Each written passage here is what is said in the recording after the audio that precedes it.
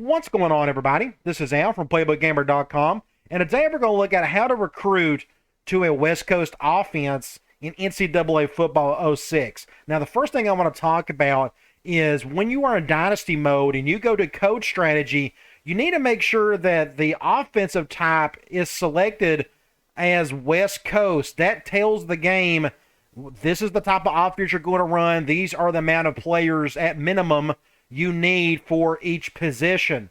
And you look at the minimum requirements for each position when you select the West Coast as your offensive type. Quarterback, you need a minimum of 3. Halfback, a minimum of 3. Fullback, 2. 5 wide receivers, 2 tight ends, 3 tackles, 3 guards, and a center. And I'm a big believer in having a +1 rule. Again, these are just the bare minimum. You should always have at least +1 on top of all this. So make sure you probably have around 6 wide receivers, 4 quarterbacks, 4 guards, so on and so forth.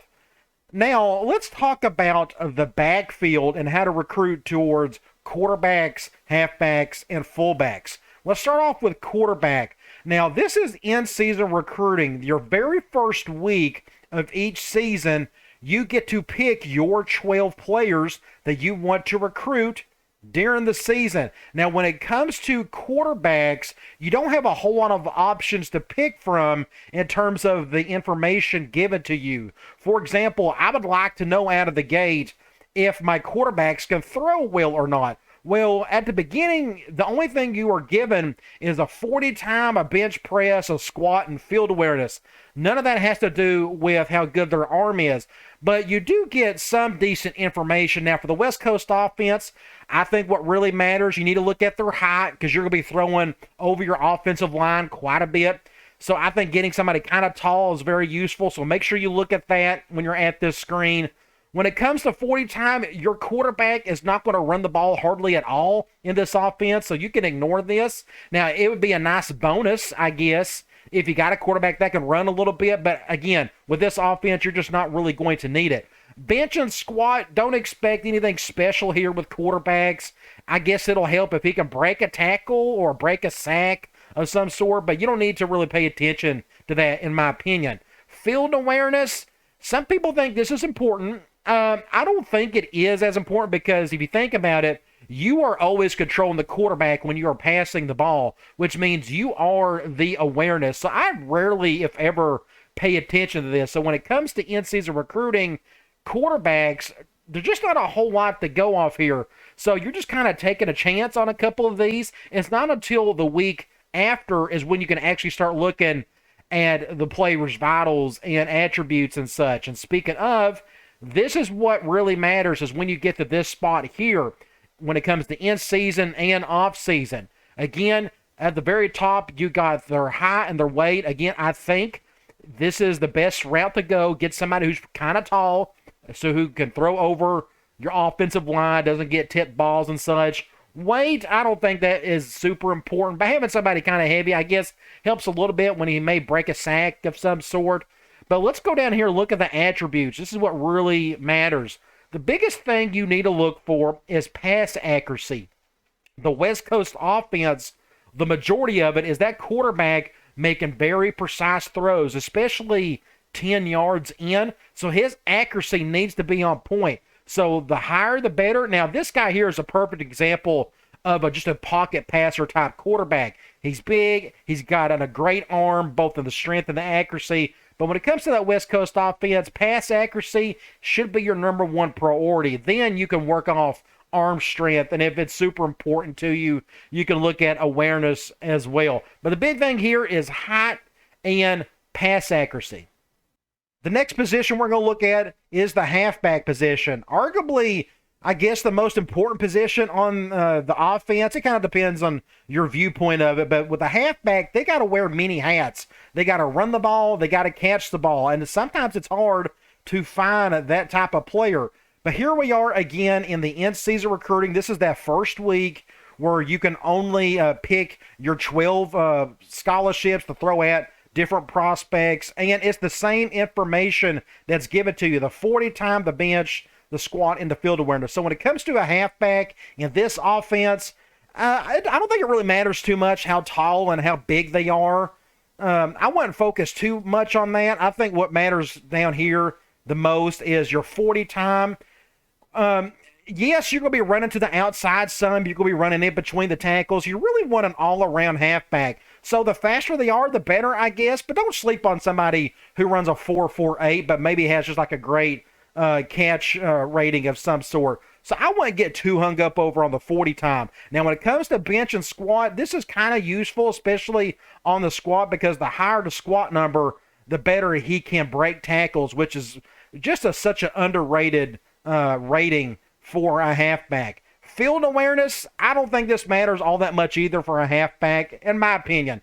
If you can find somebody that's smart, cool, but I wouldn't get too hung up over it. So, when it comes to halfbacks in this first week of in-season recruiting, you don't have a whole lot to work off of. I guess you can work off your pipeline. So just find somebody that looks somewhat attractive to you. It's not until you get to this screen when you can actually see what they are good at is where things get interesting. Again, height and weight, this is going to be pretty normal for a halfback. Around 6 feet tall, around about 200 pounds. You're going to see some smaller and bigger, just kind of depends. But for this offense, the biggest thing, in my opinion, is their hands. The higher, the better. These guys are going to catch the ball a lot for you, but they're also going to carry the ball a lot for you, which means you can look at their bench, which is their strength rating, and squat, which is their break tackle rating. 655 is extremely high for a halfback. So this guy is super fast. A 4.22 is blazing speed. This guy is just an ideal fit for honestly any type of offense. But having that kind of speed, but who can really catch, is just a godsend, especially in this offense. And then you add in the break tackle options or opportunities, and you just got an absolute gem of a halfback. So just look out for this. Again, I think the biggest thing is hands, because these guys are going to be catching the ball quite a bit for you. Now let's look at the fullback position. In most West Coast offenses, the fullback, especially if you're going to keep it to the old school way, you're going to use fullbacks quite a bit, unless you use like the halfback sub packages in some of those formations. But if you could find a legit fullback that's similar to a halfback that we are looking for, then that's great. So here we are back again with in-season recruiting, and it's really no different. They're 40 time. I suggest you find somebody that's super fast. For example, looks like these top three guys would be ideal going after a natural fullback, a 4.6, runs a 4.5, 4.6. Something like that would be great. The rest of this, you notice their squat is much smaller or lower than halfbacks. That's just kind of the way they're designed. But we don't know if they can catch the ball or not, and that's what fullbacks need to do. So, again, you're just kind of taking a chance. But what I would at least try to do is go after somebody that's kind of fast. When it comes to height and weight, I wouldn't worry too much about that. But let's just say you take a chance on one of those guys, and you end up at this screen, and then you can finally see what they're really good at. Now, this particular fullback, he's kind of undersized, but again, our fullback, he's going to be going out for passes more often than not, or he's going to be blocking for our halfback. He may actually run the ball some. Now, this guy runs a 4.6. That's perfectly good enough speed for a fullback. But the biggest thing, if he's going to catch the ball a lot for me, that's going to be an A+ hands. I got to have somebody with great hands. The rest of that, you just got to have to kind of hope for the best. But if you need to, if for whatever reason you're not a big fan of going after natural fullbacks, by all means, go find a bigger halfback and convert him to fullback after his freshman year. I just think that's just the better way to go. So keep that in mind. Now let's look at the receivers. We're talking about the wide receivers and the tight ends. Starting off at wide receiver, you got a lot of options at wide receiver in terms of the different sizes they are. You can find some really monster dudes, really small guys. All of them can kind of fit. But with this West Coast offense, the number one thing you need from a wide receiver is if they can catch the ball or not. And if they can, that's amazing. Then you can kind of work off of that. Unfortunately, as we've seen already, when it comes to in-season recruiting in that first week when selecting your 12, we have no clue if these guys can catch the ball or not. So you kind of have to only go off of their height and weight, 40-time bench, squat, field awareness. So again, when it comes to wide receivers, you got to look at if they can catch. I think speed is going to help you some. You got to think they're going to catch the ball a lot really short. So you want to get some yards after the catch. So More speed would help, but again, you can find some slower dudes, and I think you'll be just fine. So, like, for example, all 5 of these guys got decent enough speed. I would not turn down any of these. Now, when it comes to bench and squat, this is important if they can, like, run block a little bit for you, because, again, a West Coast offense is balanced when everything is in place correctly in terms of your personnel. So if you can find somebody that's got some decent bench and squat, that would be great too. Field awareness, yeah, it'd be great if you could find some smart dudes, but if they're super smart and they can't catch, then what's the point, you know? But what we really want to look at is once you finally get to see their attributes, what can we use with that? Now, this guy is a bit of a freak athlete. He's 6'5", 236 pounds. He can honestly play tight end, which we'll talk about here in a little bit. But when you look at their 40 time, this guy's fast enough. Again, speed isn't the most important thing, but we're going to show a couple of different kinds of receivers. But this guy is just, honestly, a humongous possession wide receiver. Big thing, though, I got to have good hands with the wide receiver. Nothing else matters beyond that point. After that, everything else is just bonus points when you go from there. But he's fast enough. This guy's got decent awareness.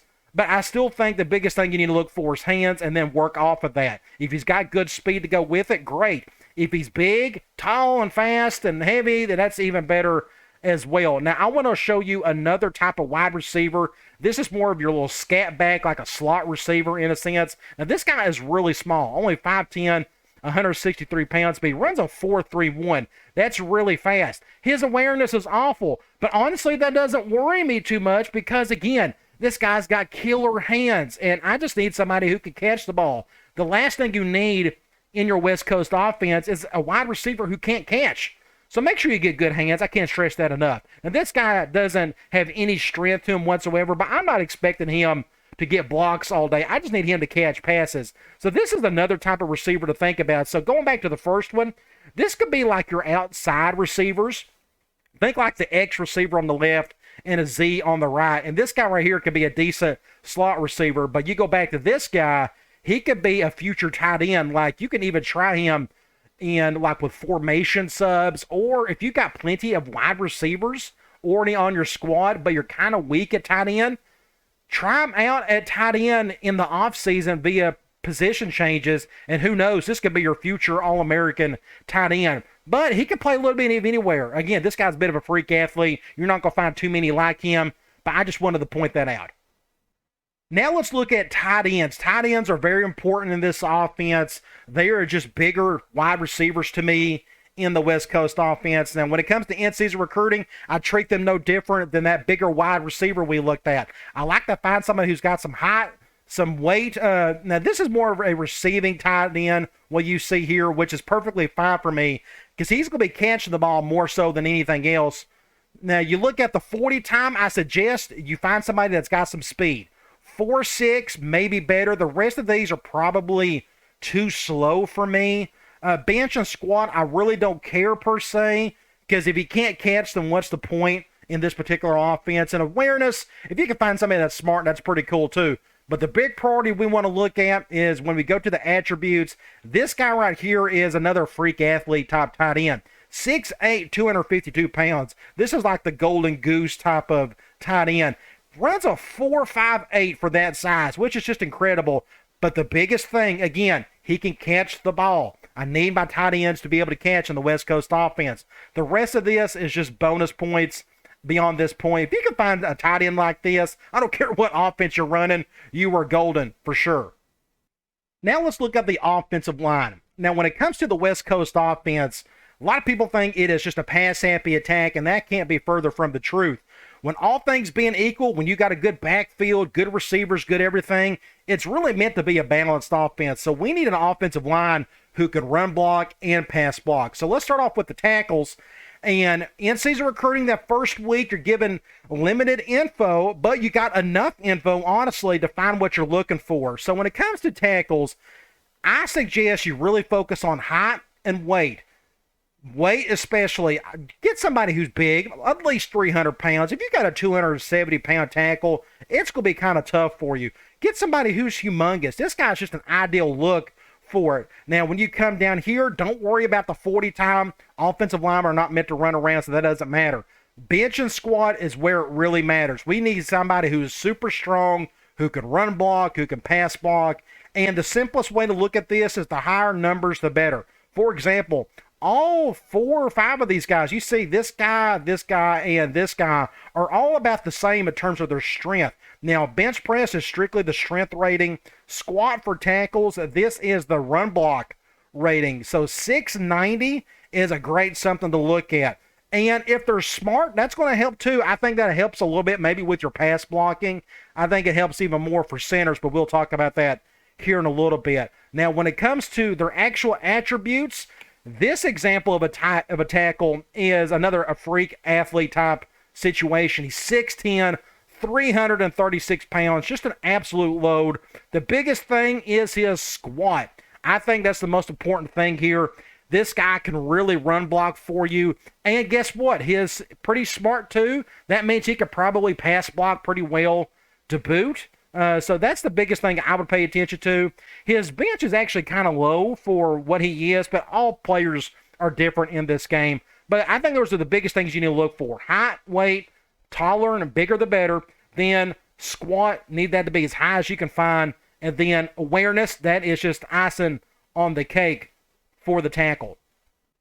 Next, we have the guards. Now, just in my opinion, I think guards are the most important linemen in the game for specifically this game and I guess the other NCAA games. If you've ever noticed when you're playing 06 and you're running the ball, a lot of your success comes off how well your guards run block, push defensive tackles around.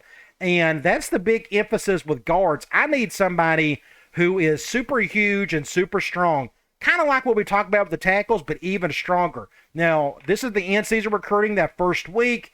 You have all the information you need, really, to find what you're looking for with a guard.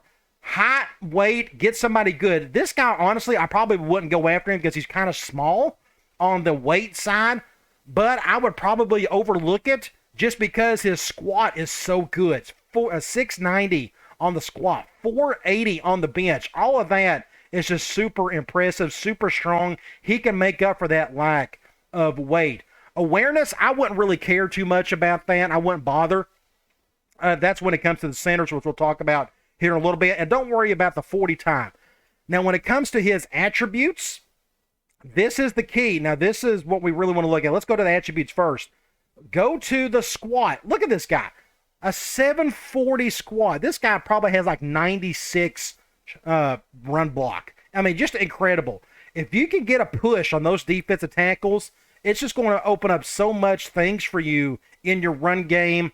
And his 545 on the bench, just a super strong dude. But this is the ideal fit. He is 354 pounds. So go find somebody at guard that's super heavy and super strong. It's very simple. I don't care if you think you got to pass all day or not. These guys are your best protectors in the grand scheme of things. So this is the ideal fit for a guard in this offense. Last but not least on the offensive line is the center position. Now, one thing about the center is it depends on how many shotgun formations you are going to use in your West Coast offense. If you're going to keep it old school, do it all under center, then don't worry so much about field awareness. If you notice in NCAA 06, every now and then when you're in the shotgun, you may get high snaps from your center. I don't have proof of this, but I'm pretty sure that the higher the awareness, the less high snaps you're going to have. So kind of keep that in mind. Now, if you're going to be under center the entire time, I don't think this matters as much. Other than that, your center is really no different than your guards. Big and strong. That's what we're looking for here. Thankfully, all that information is for you here in that first week with the in-season recruiting. You got the bench and the squat. For example, this top guy right here, 480 on the bench, 690 on the squat. Super strong dude. He's a little undersized for my liking, but honestly, I would overlook it just because he is so strong on the squat. Now, let's look at some attributes. This guy is a really good example of probably what I would look for. Now, this guy's tall. He's not very heavy, but he is massively strong. 705 on the squat, which means he could push guys around. Same with the strength at 520, and he's smart to boot. If you throw a little shotgun in your West Coast offense, you're going to need that high awareness for sure. So this guy is a good fit for a center. And don't be surprised if you don't find a ton of centers that are super heavy. This is actually kind of normal. So keep that in mind. But a big thing here, somebody as big as you can find who is super strong, and if they're smart, that is just icing on the cake. The last thing we're going to look at are athletes. Now, athletes are a lot of fun in off-season recruiting. These are the diamonds in the rough who could play multiple positions. You don't know what they could really play per se until you go to position changes and move some guys around. Let's look at a few examples. First of all, let's look at this guy right here.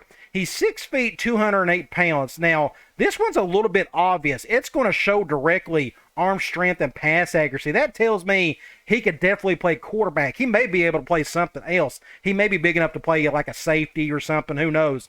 But you're going to come across athletes like this who are decently fast but have incredible arms as well. Think Steve Young. Now, I don't think Steve Young ran a 4.56. I could be wrong. I hope I didn't disrespect him there. But I was just kind of thinking of a little quarterback that can move around pretty good, but has also got a killer arm to boot. And this guy, when you're in the athlete section looking for guys, if you find somebody like this, recruit him. Imagine running your West Coast offense with a guy who can run a little bit to boot. You may need that just to get out of the pocket and escape a sack. At this point, I really won't care how big he is. Like, this guy's barely 6 feet tall. He's probably going to have some passes batted down at times, but his arm strength is just too good. His accuracy, which is the most important thing in the grand scheme of things for a West Coast quarterback, is too good, and he's got some speed to boot. So make sure you look out for somebody like this. This is a type of scat back athlete to where he's very small, 5'6", 160. I mean, that is really tiny, but he's super fast, and he's got some really good hands.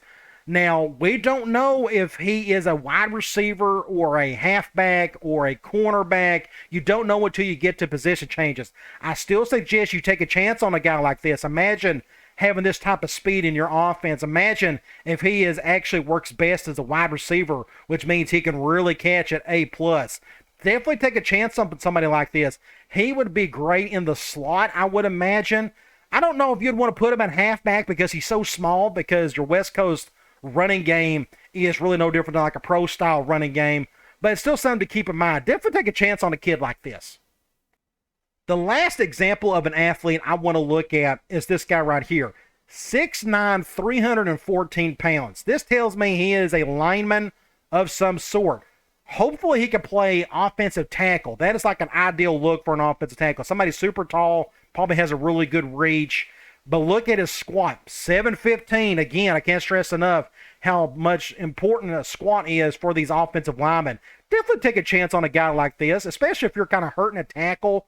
Try to go after a guy. You just never know. This guy could be your next bookend right tackle for the next 3 to 4 years.